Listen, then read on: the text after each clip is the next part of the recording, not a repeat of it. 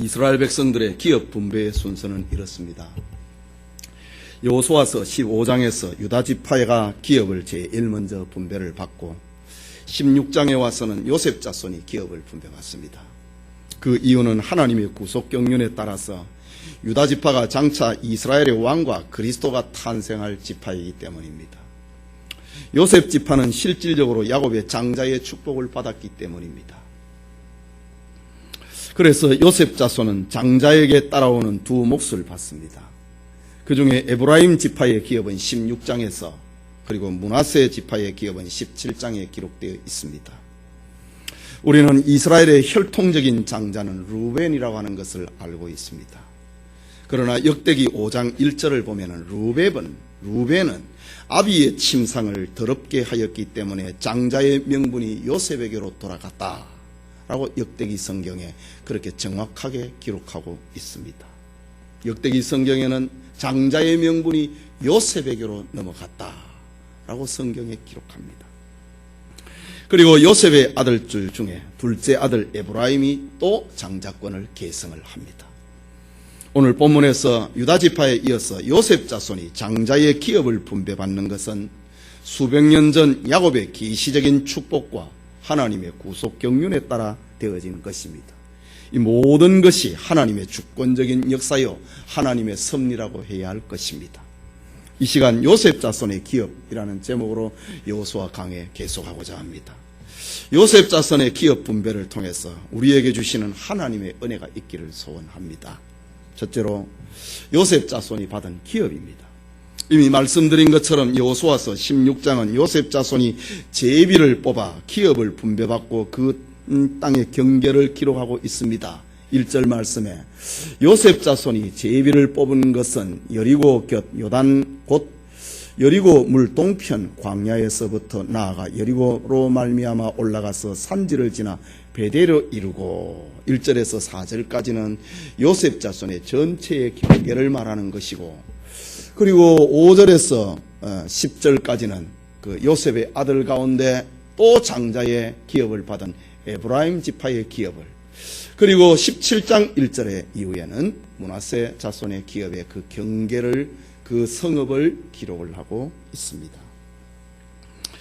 요셉 자손이 받은 기업은 살펴보면은 그 땅은 가나안 중심부로서 이스라엘 전체의 노른자위라 해도 과언이 아닙니다. 그곳에는 다윗과 솔로몬 시대에 예루살렘의 성전이 건축이 되기까지 하나님의 성막이 위치하고 있는 실로가 있는 곳입니다.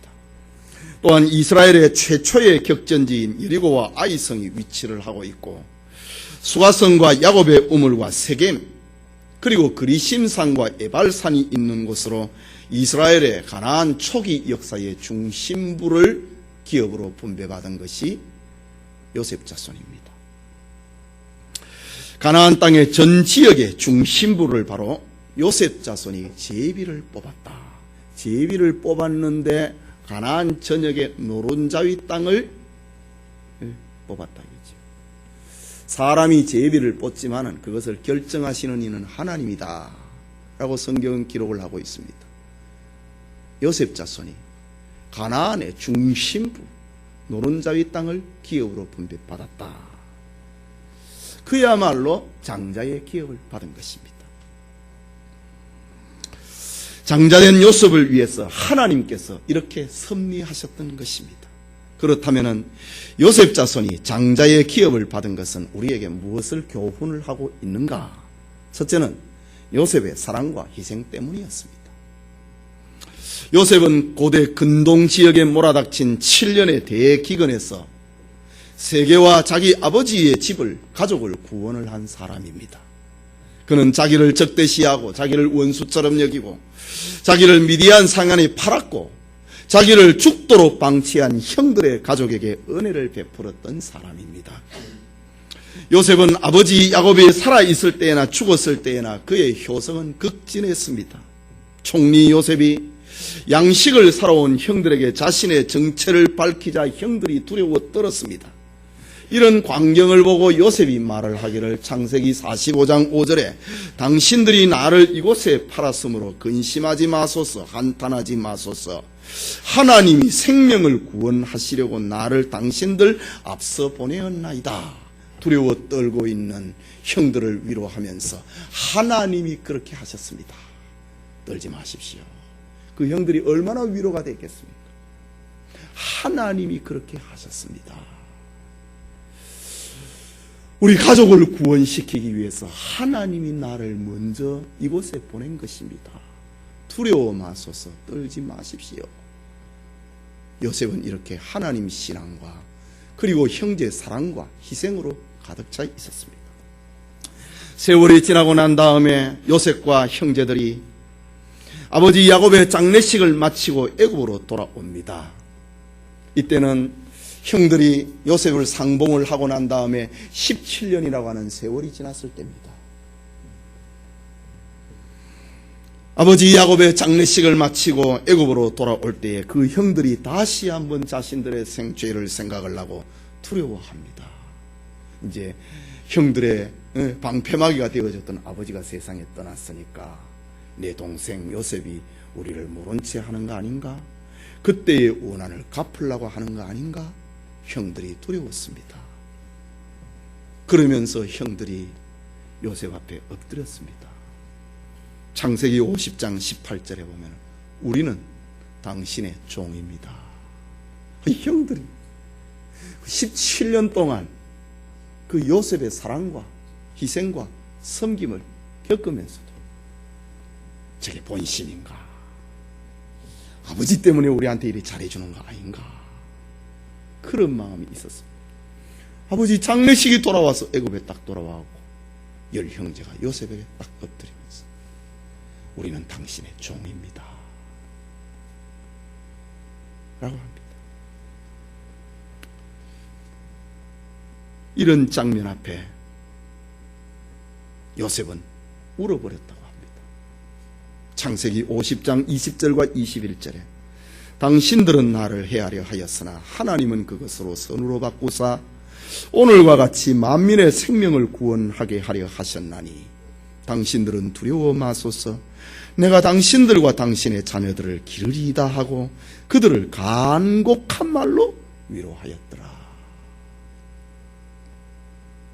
이게 요셉의 진심이었습니다.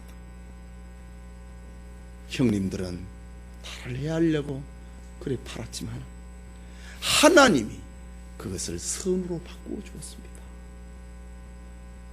하나님 신앙과 형제 사랑과 내가 형님들과 형님들의 아이들을 내가 다 키우겠습니다. 희생을 보여주고 있는 장면입니다. 이처럼 요셉은 하나님을 경외하면서 살았습니다. 그는 죽을 때에 나는 죽으나 하나님이 너희를 권고하시고 너희를 이 땅에서 인도하여 내사 아브라함과 이삭과 야곱에게 맹세하신 땅에 이르게 하시리라. 너희들이 훗날에 하나님이 우리를 출애굽시킬 때에 그냥 나가지 말고 내 해골을 가지고 가주십시오. 나를 내 아버지가 묻힌 그곳에 묻어 주십시오. 요셉은 이렇게 유언을 하고 하나님을 쳐다보고 그는 죽었습니다. 여러분, 누가 이스라엘을 기근 가운데서 구원할 자가 요셉이라고 생각했겠습니까? 꿈꾸는 동생이라고 비난을 하고 급기야 애굽에 팔아버린 동생을 통해서 자신들이 이렇게 부귀와 영화와 구원을 얻게 될 줄 누가 알았겠습니까? 요셉을 통하여서 아브라함과 다윗의 자손 예수 그리스도의 세계를 이루는 내가 너로 큰 민족을 이루게 하겠다고 하는 하나님의 언약이 요셉을 통하여서 나타날 줄 누가 알았겠습니까? 요셉은 이렇게 아버지와 형들의 집을 구원하고 극진한 사랑과 희생을 실천했습니다. 여러분, 이 땅에 살아간 성도들의 사랑과 헌신은 없어지지 않습니다. 요셉의 사랑, 요셉의 희생, 요셉의 공적은 없어지지 않는 것입니다. 시편 62편 2절에 보면은 주께서 각 사람이 행한 대로 갚으신다 라고 했습니다. 로마서 2장 6절에도 하나님께서 각 사람에게 그 행한 대로 보응하신다 라고 했습니다. 갈라디아서 6장 7절에는 사람이 무엇이든 심든지 그대로 거두리라. 요한계시록 14장 13절엔 저희의 행한 일이 따름이라. 계시록 22장 12절에 각 사람에게 그의 일한 대로 갚아주리라. 여러분, 우리 세상에 살아가면서 우리가 천국을 소망하면서 믿음으로 살아가고 있지만은 이 세상에서 우리가 심은 대로 하나님이 갚아주신다 라고 했습니다. 하나님은 우리의 생각과 우리의 삶과 우리의 행동을 다 알고 계십니다. 사람의 눈은 속일 수 있어도 하나님은 속일 수가 없는 것입니다. 그 하나님께서 각 사람의 행한 대로 갚아준다고 합니다. 심은 대로 거두게 하신다고 합니다. 일한 대로 갚아주겠다고 합니다. 성도의 삶에는 반드시 결과가 따라온다라는 것입니다. 오늘 요셉 자손이 복을 받는 것은 심은 대로 거둔다, 일한 대로 갚아주신다. 그것이 상징적인 장면입니다. 물론 구원은 우리의 공로와는 상관이 없습니다. 구원은 오직 하나님의 은혜입니다. 전적인 하나님의 은혜입니다. 거저 주시는 하나님의 은혜입니다. 우리가 누가 구원을 우리의 힘과 노력을 가지고 얻을 수가 있겠습니까? 우리의 힘으로는 얻을 수 없는 것입니다. 그래서 우리는 거저 주시는 하나님의 은혜를 믿음으로 받고 믿음으로 누리는 것입니다. 그러나 성도의 희생과 성도의 섬김과 성도의 봉사와 성도의 사랑과 성도의 충성은 반드시 그 일한 대로 갚아주십니다. 주님께서는 소자에게 냉수 한 그릇이라도 대접하는 자 그 상을 잃지 아니할 것이다 라고 말씀하셨습니다. 말하자면 하나님은 결코 우리의 섬김을, 우리의 사랑을, 우리의 봉사를, 우리의 희생을, 충성을 공허한 것으로 만들지 않는다는 말입니다. 고린도전서 3장 12절과 15절에 보면은 만일 누구든지 금이나 은이나 보석이나 나무나 풀과 풀이나 지푸로 그 터 위에 세우면 자기 공력이 나타날 터인데 그날의 공력을 밝히리니 이는 불로 나타내고 그 불이 각 사람의 공력이 어떠한 것을 시험할 것임이니라. 만일 누구든지 이 위에 세운 공력이 그대로 있으면 상을 받고 누구든지 공력이 불타면 해를 받으리니 그러나 자기는 구원을 얻되 불 가운데서 얻는 것 같으리라. 심은 대로 거두는다. 구원은 믿음으로 은혜로 오는 것이지만 상은 심은 대로 거둔다 라는 것입니다. 그것을 요셉의 축복, 장자의 축복을 받는 요셉을 통하여서 하나님은 우뚝 세운 불기둥처럼 보여주고 있는 것입니다. 이처럼 하나님은 요셉의 사랑을 기억하셨습니다. 요셉의 섬김을, 요셉의 희생을 기억하셨습니다. 그리고 그 행한 대로, 그 심은 대로 거두게 하셨습니다. 일한 대로 보상해 주신 것입니다. 이것이 요셉이 받은 장자의 명분입니다. 루벤은 죄를 지었다 이거지. 아비의 침상을 더럽혔다 이거지. 아버지의 첩을 장자 루벤이 취했습니다. 아비의 침상을 더럽혔다. 너는 장자가 될 수 없다 이겁니다. 심은 대로 거두는 것입니다. 그러나 야곱의 아들들 가운데 요셉은 그렇게 섬기고 사랑하고 희생했습니다. 그 복을 받은 것입니다. 요셉은 야곱의 11번째 아들이었지만 명실공히 이스라엘의 장자의 명분을 받고 장자의 기업을 분배받은 것입니다. 물론 요셉은 이런 보상을 바라고 선을 행한 것은 아니었습니다. 결과를 바라고 희생한 것은 아니었습니다. 그는 보이지 않는 하나님을 보는 것 같이 하면서 하나님을 섬겼고 형제를 섬겼고 사랑했던 것입니다. 그러나 하나님은 이런 요셉을 축복하셨습니다. 이것이 장자의 기업을 주신 것입니다. 하나님은 요셉의 장래가 있게 하시고 요셉의 미래가 복되도록 하신 것입니다. 또 하나 요셉이 받은 복이라고 하면은 그것은 야곱의 계시적인 축복 때문입니다. 창세기 48장에 보면은 요셉은 야곱의 아버지 야곱의 임종이 가까웠다고 하는 소식을 듣고 자기의 두 아들 므낫세와 에브라임을 데리고 아버지의 임종을 지키기 위하여 찾아갔습니다. 이때에 요셉은 자기의 두 아들을 아버지의 오른손과 왼손 앞에 아들을 데려다 놓으면서 아버지의 마지막 유언적 축복을 해달라고 부탁합니다. 이때에 야곱은 차자 에브라임에게는 오른손을 얹고 장자 에브라임에게는 장자 므낫세에게는 왼손을 올려놓고 유언적인 기도, 족장의 기도, 제사장급 기도를 그에게 쏟아놓습니다. 그런데 야곱이 므낫세와 에브라임에게 손을 어긋맞겠습니다. 요셉은 아버지의 오른손 앞에 자기 장자 므낫세를 데려다 놓고 아버지의 왼손 앞에 그의 차자 에브라임을 데려다 놓으니까 야곱은 손을 어긋맞겠어 기도했다. 여러분, 우리가 요셉은 그의 공적을 생각을 하면은 장자의 명분을 받을 만하다. 우리 모두가 다 공감을 할 수 있습니다. 그런데 지금 어린 아이 므낫세와 에브라임이 뭘 했습니까? 아무것도 한 것이 없습니다. 그런데 아버지 야곱은, 할아버지 야곱은 그 아들에게 보면서 손을 어긋맞게서 축복했다. 이 계시적인 축복입니다.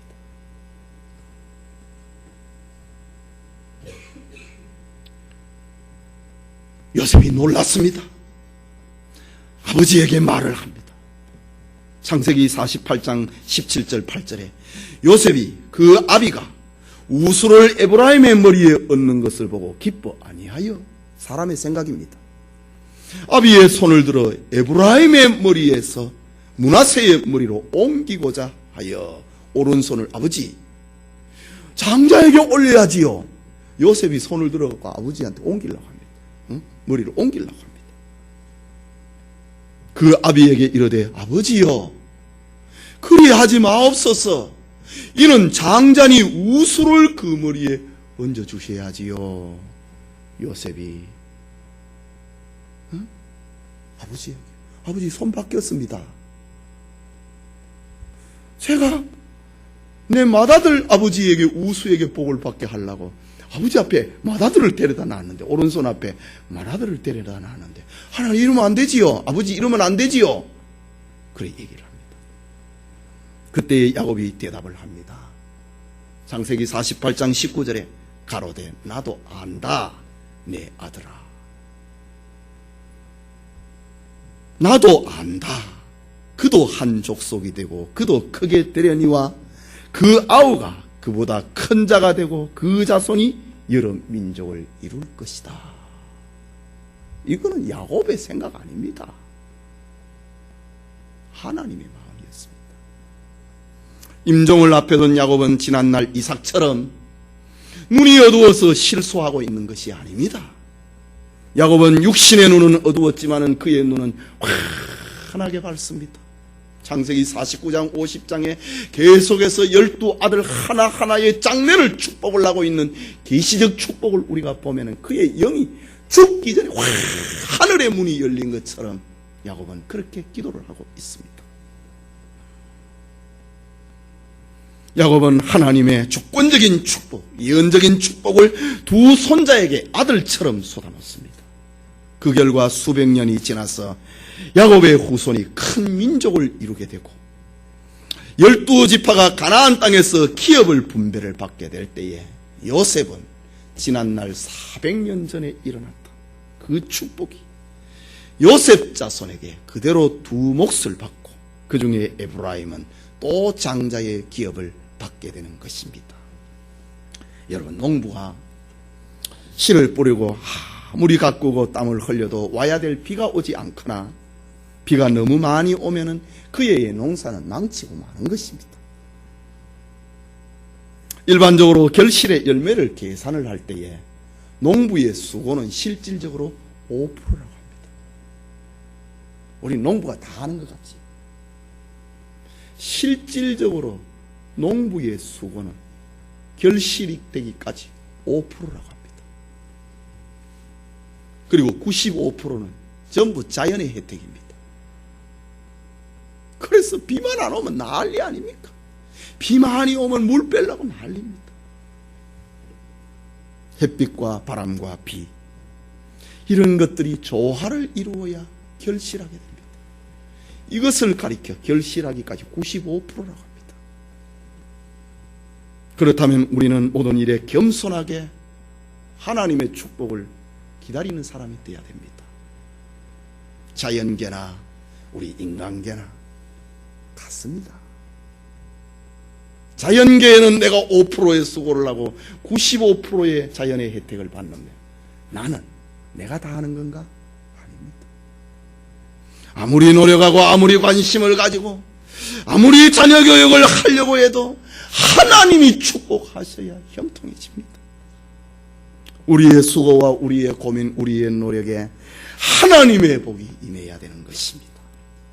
오늘 본문의 요셉 자손이 장자의 기업을 받은 것은 바로 하나님의 은혜입니다. 그 중에 에브라임이 또 장자의 기업을 받는 것은 그야말로 하나님의 은혜입니다. 야곱의 예언적 기도 때문인 것입니다. 그런데 요셉의 후손, 요셉의 자손들은 조상적부터 내려오는 축복을 감당하지 못하는 연약성이 또 나타납니다.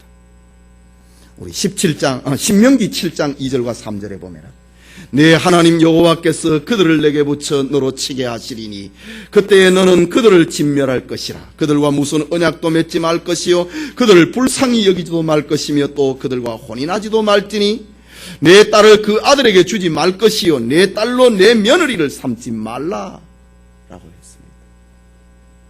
그런데 요셉의 후손 에브라임 지파는 기업을 분배받았는데 소상적부터 내려오는 그 축복을 감당하지 못합니다. 하나님의 말씀에 순종하지 않았습니다. 조상적부터 내려오는 그 축복을 그는 선용하지 못했습니다. 오늘 10절의 말씀인데 에브라임 지파가 기업을 분배받고 난 다음에 10절에 보면 같이 읽읍시다. 그들이 게셀에 거하는 가나안 사람을 쫓아내지 아니하였으므로 가나안 사람이 오늘날까지 에브라임 가운데 거하며 사역하는 종이 되니라. 에브라임은 이스라엘의 지금 12지파 가운데 가장 강력한 힘을 가지고 있는 지파였습니다. 인구도 제일 많고요, 영토도 제일 넓은 데를 분배받았습니다. 그런데 그들이 게셀에 거하는 가나안 사람을 쫓아내지 아니했다. 가나안 사람이 오늘날까지 에브라임 가운데 거하며 사역하는 종이 되니라. 지금 이 사건은 이 여호수아서를 여호수아가 기록하지 않습니까? 여호수아가 이 기업을 분배받고 난 다음에 한 10년 정도 더 삽니다. 10년이 지나가고 있는 여호수아가 죽을 때까지 아직까지 그들은 그렇게 했더라. 딱 기록을 합니다. 지난날 아버지 요셉이 하나님을 쳐다보고 형제를 사랑하고 섬겼던 그 믿음을 계승하지 못하고 있는 에브라임 지파의 모습입니다. 여기 게셀에 거하는 가나안 사람이다 라고 합니다. 이들은 여호수아가 남부지역의 가나안 사람들과 전쟁이 벌어졌을 때에 게셀 왕 호람이 가나안 남부군을 위해서 지원군을 파병을 했던 성읍이고 왕입니다. 그런데 에브라임 지파는 이런 민족을 당연히 없애야 되는데 그들을 없애지 아니했더라. 그들은 힘이 있는 백성이었습니다. 그러나 에브라임은 그들보다 더 우리가 힘세다, 그걸 믿은 겁니다. 에브라임 지파는 이런 민족을 정복을 하지 아니하고 저들에게 사역을 시켰다. 그 힘 좋은 게셀의 사람들을 종으로 부렸다. 그리고 그들에게 공물을 받았다 라고 합니다. 에브라임 지파는 능히 그들을 쫓아낼 힘이 있었음에도 순종하지 않았습니다. 이유는 자기들의 힘을 믿었고, 이건 전혀 조상의 믿음이 아닙니다. 자기들의 힘을 믿었고, 건강한 사람들이 자기 집에 일을 하고 밭을 갈고 논을 갈면 얼마나 좋습니까?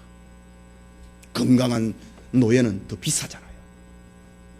게셀 사람들을 자기 집에 종으로 부렸다.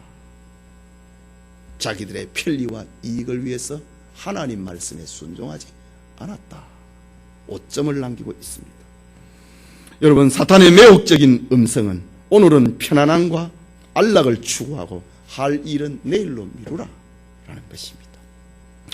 오늘 우리도 당장의 유익과 이익 때문에 하나님의 말씀을 떠나서 불순종하는 경우를 바로 에브라임 지파의 모습에서 찾아야 됩니다. 얼마나 많은 사람들이 오늘도 돈을 벌기 위해서 새벽까지부터 밤까지 뛰어다닙니까? 그러나 바른 물질관이 정복되어지지 않을 때에, 바른 물질관이 없으니 재물이 많아져도 그것이 도리어 하나님에게서 멀어지는 계기가 되어버리고 만 것입니다. 에브라임 지파가 많은 땅을 분배를 받았는데 올바른 물질관, 올바른 인생관, 올바른 신앙관이 정립이 되지 아니하니 오히려 하나님에게서 멀어지는 계기가 되었다. 여호수아는 딱 기록을 하고 있습니다. 오늘날의 좋은 땅, 영적으로 비옥한 땅을 축복으로 받은 자손들이 타락하고 태만해지는 경우가 얼마나 많이 있습니까? 에브라임 지파는 자신의 힘들을 믿었고 자신들의 욕심과 탐욕 때문에 게셀 사람들을 살려두고 그들을 통하여서 노동력을 얻으려고 했던 것입니다. 이것이 죄악의 씨앗이 되고 말았습니다. 계속해서 17장 12절과 13절을 또 보면은 봅시다. 12절 13절을 같이 읽읍시다. 그러나 므낫세 자손이 그 성읍들의 거민을 쫓아내지 못하며 가나안 사람이 결심하고 그 땅에 거하였더니 이스라엘 자손이 강성한 후에야 가나안 사람에게 사역을 시켰고 다 쫓아내지 아니하였더라. 므낫세 자손의 기업입니다. 여러분, 유다 지파 가운데 갈렙 같은 경우는 저 헤브론을 나에게 주십시오.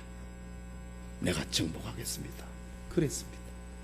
그런데 오늘 이 므낫세 지파에 보십시오. 그러나 므낫세의 자손이 그 성읍들의 거민을 쫓아내지 못하며 가나안 사람이 결심하고 그 땅에 거하였다 라고 합니다. 요셉 자손 중에 므낫세 역시 그 아버지의 신앙을 계승하지 못했습니다. 본문을 보면은 므낫세 자손이 힘이 없어서 쫓아내지 못한 것으로 우리가 이해를 할 수 있지만, 저들이 강하게 되고 난 다음에, 저들이 강성한 후에 그 사람들을 사역을 시켰다라는 것을 볼 때에 그 마음은 에브라임 지파하고 똑같다는 거예요. 에브라임 지파는 힘이 있어가지고 바로 종 삼았고, 므낫세 지파 사람들은 처음에 힘이 없어가지고 못하다가 힘이 생기고 나니까 그들을 종 삼았다. 없앨 생각 안 했다 이 말입니다. 전혀 아버지의 신앙을 계승하지 못한 므낫세 지파의 사람들입니다. 저들도 에브라임 지파처럼 하나님의 명령에는 침묵을 했고 저들을 살려두고 저들의 편리를 위해서 나중에는 종을 삼게 됩니다. 이처럼 요셉 자손 므낫세의 지파도 하나님의 명령을 어기고 불순종했습니다. 그들은 하나님의 명령의 중요성을 과소평가했습니다. 므낫세 지파는 자신들의 기업 중에 가나안의 원주민들을 살도록 허락해 주었습니다. 그러자 가나안 사람들은 결심을 하고 그 땅에 거했다. 여러분, 하나님의 뜻대로 살고자 하면 길이 열린다고 했습니다. 오늘 낮에 고린도전서 10장 13절 말씀에 하나님은 우리가 감당하지 못할 시험을 허락하지 않는다고 했습니다.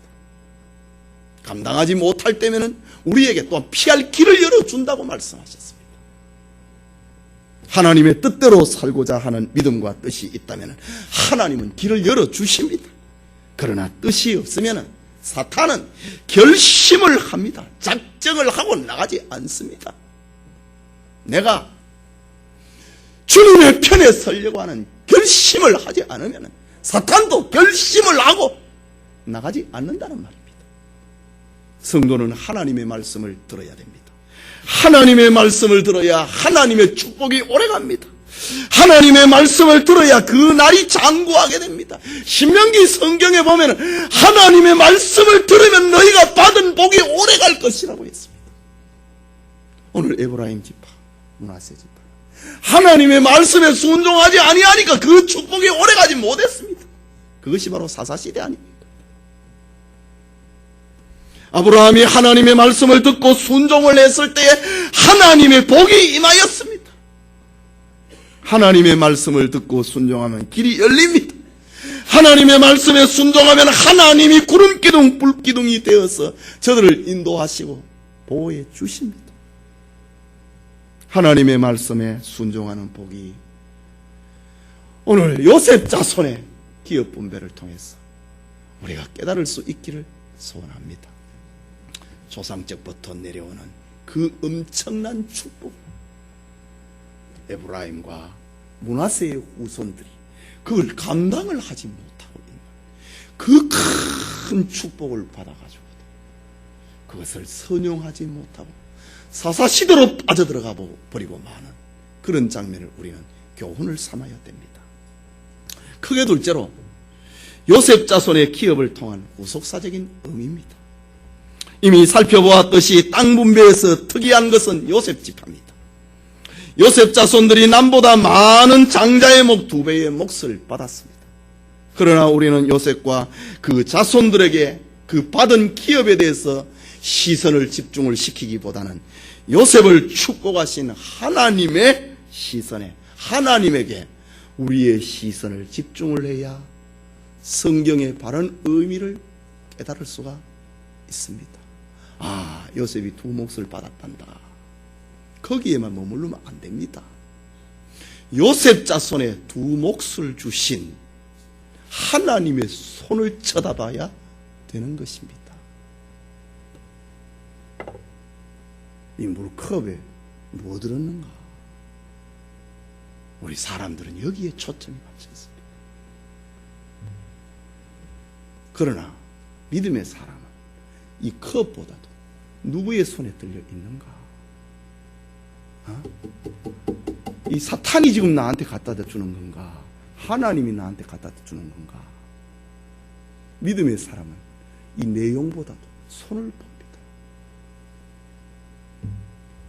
오늘 성경을 통하여서 요셉 자손이 2 몫을 받았단다. 그것만 쳐다보는 게 아니라 우리는 요셉 자손에게 2 몫을 주신 하나님의 손을 쳐다봐야 됩니다. 이런 것을 가리켜서 구속사적 해석이다 라고 합니다. 하나님께서는 요셉 자손의 축복을 통해서 하나님 자신이 어떤 분인가를 나타내기를 원하셨습니다. 창세기 48장 22절에 보면은 내가 네게 내 형제보다 일부분을 더 주었나니 이는 내가 내 칼과 활로 아모리 족속의 손에서 빼앗은 것이니라. 내가 준다 라고 합니다. 하나님을 지금 대신해서 야곱이 지금 축복을 하고 있는 장면입니다. 야곱이 요셉에게 한 계시적인 축복의 내용입니다. 내가 네게 네 형제보다 일부분을 더 주었나니 이는 내가 내 칼과 내 활로 아모리 족속의 손에서 빼앗은 것이니라. 지금 야곱은 전혀 다 이해하지 못한 엄청난 축복을 지금 쏟아놓습니다. 야곱은 요셉에게 다른 형제보다 일부분을 더 준다 라고 말을 합니다. 결국 야곱이 축복한 대로 요셉 자손에게는 다른 자손보다 2 몫이 돌아갔습니다. 오늘 기업 분배에서 나타났지 않습니까? 그러나 이것은 야곱이 요셉을 축복했기 때문만은 아닙니다. 하나님은 사람의 기도와 결정에 따라서 따라가시는 분이 아닙니다. 네가 기도했으니까 내가 그대로 할게. 그게 아닙니다. 야곱의 이 기도는 지금 하나님의 마음을 읽어서 하는 기도입니다. 요셉 자손의 야곱의 요셉 자손을 향한 축복은 야곱이 지금 하나님의 마음을 읽고 하나님의 이름으로 지금 축복을 하는 것입니다. 그게 그 손에 들린 그 손을 보는 것입니다. 야곱은 요셉을 축복하는 기도를 통해서 하나님이 지금 무엇을 원하고 있는지를 표현하고 있습니다. 하나님은 요셉의 희생을 보셨습니다. 요셉의 사랑을 보셨습니다. 요셉을 통하여서 형제가 살아나는 것을 보셨습니다. 요셉의 죽음을 통하여서 그 가족이 살아나는 것을 야곱은 보셨고 하나님이 보셨습니다. 야곱은 지금 하나님의 이 마음을 읽고 장자의 축복을 하고 있는 것입니다. 요셉의 희생은 자기를 희생함을 통해서 고난 가운데 오시는 그리스도를 계시하는 사건이었기 때문입니다.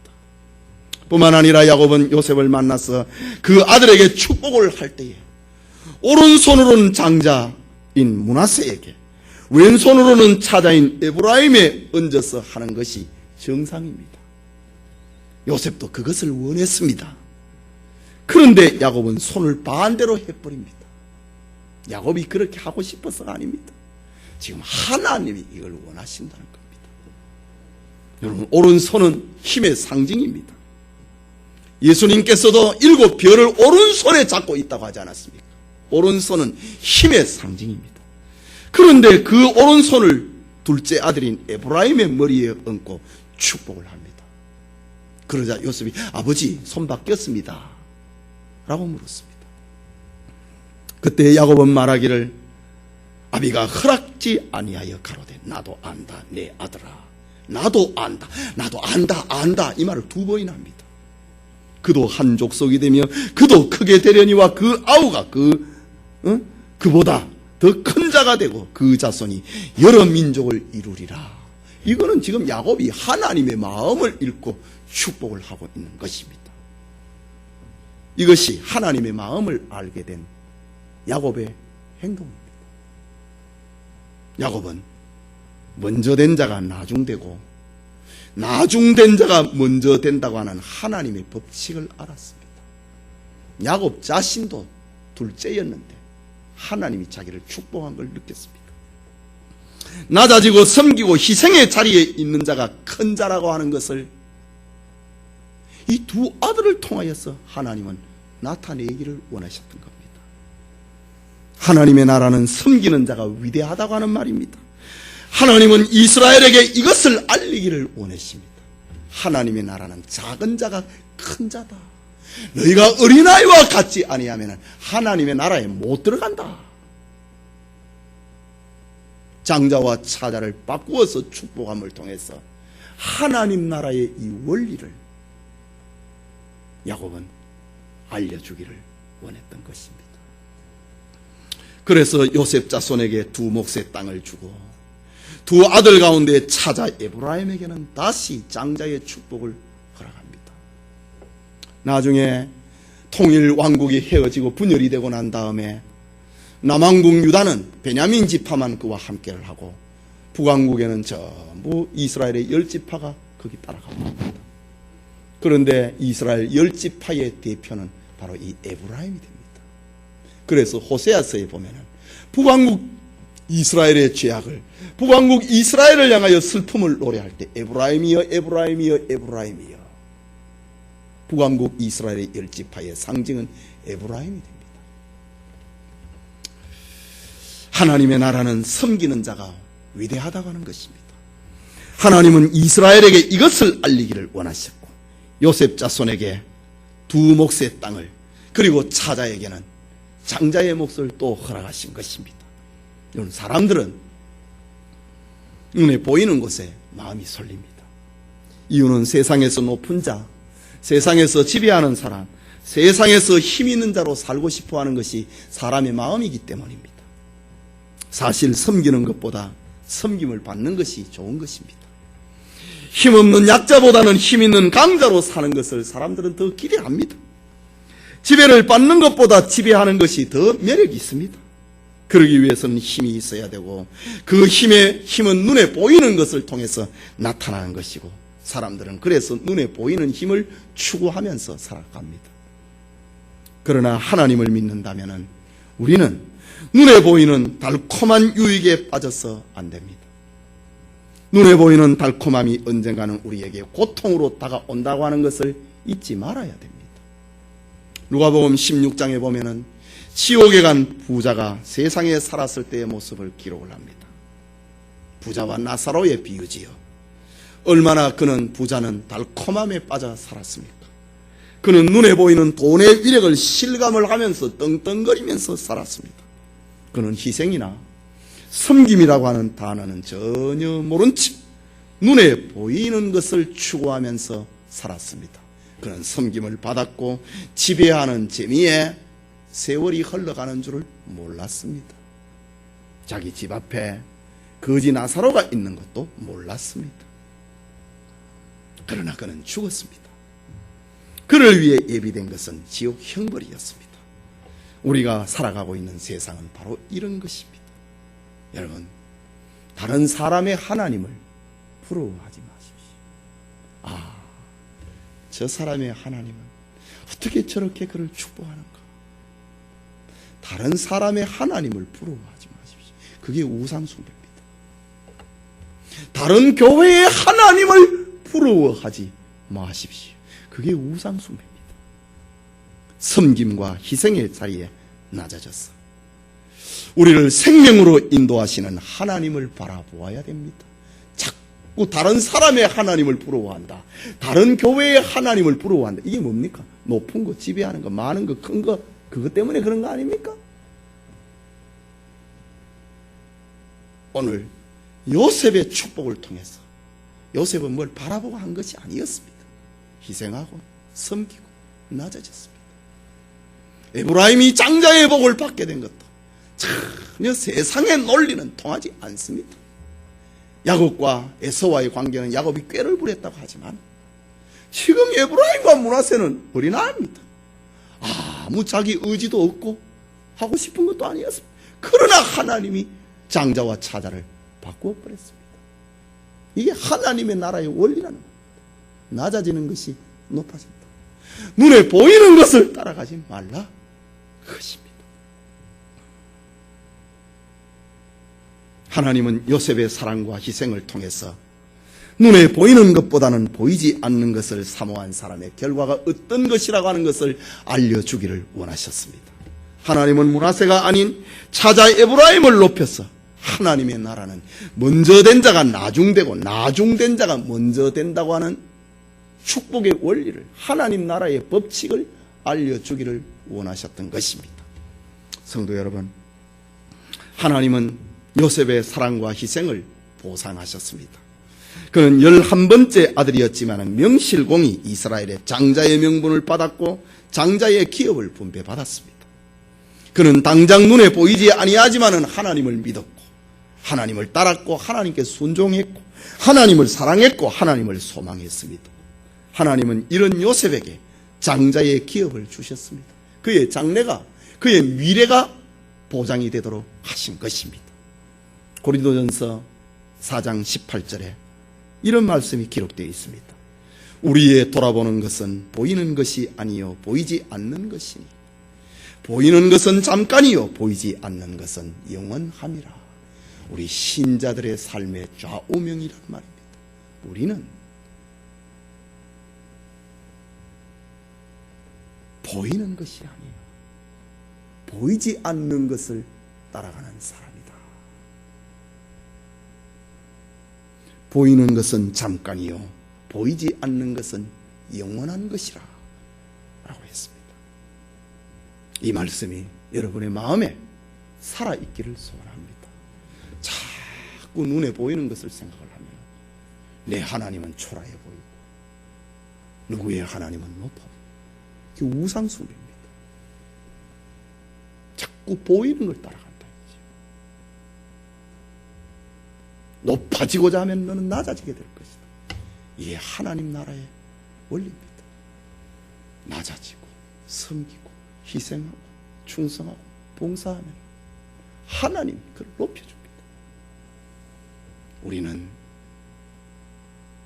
우리가 돌아보는 것은 보이는 것이 아니요 보이지 아니하는 것이라. 보이는 것은 잠깐이요 보이지 않는 것은 영원하다. 보이지 않는 것을 보고 사는 것이 세상에서 부름받은 성도입니다. 보이지 않는 것을 보지 못하고 살아가는 사람들이 세상에 택함을 입지 못한 유기된 사람들의 모습입니다. 요즘 유기견 있잖아요. 유기견. 길을 떠돌아다니는 유기견. 보이지 않는 것을 보지 못하고 눈에 보이는 것만 따라가고 살아가는 것. 그게 유기된 사람입니다. 우리가 사는 세상은 여전히 보이는 것들이 우리를 괴롭힐 것입니다. 보이는 것 때문에 근심과 염려에 빠지기도 하고 곤란에 처하기도 할 것입니다. 어떨 때는 보이지 않는 것들만 들이미시는 하나님의 앞에, 내 앞에는 온통 보이지 않는 것만 있느냐, 이런 하나님 앞에 회의감도 들고 의심도 생길 수 있을 것입니다. 그러나 그 가운데서도 하나님은 우리를 지킨다는 것을 믿으십시오. 그리고 자신에게 물어보십시오. 나는 무엇을 위해 사는가? 나는 무엇으로 살아가는가? 나는 무엇에 의해서 살고 있는가? 그것은 우리의 정체성을 찾아주는 질문입니다. 보이는 것을 쳐다보는가? 보이지 않는 것인가? 우리의 돌아보는 것은 보이는 것이 아니요 보이지 않는 것이니 보이는 것은 잠깐이요 보이지 않는 것은 영원한 것이라. 나는 무엇을 위해 사는가? 눈에 보이는 건가? 그 너머 보이지 아니하는 것인가? 나는 무엇으로 살고 있는가? 지금 보이는 것으로 내가 살고 있는가? 아니면 보이지 않는 힘으로 내가 살고 있는가?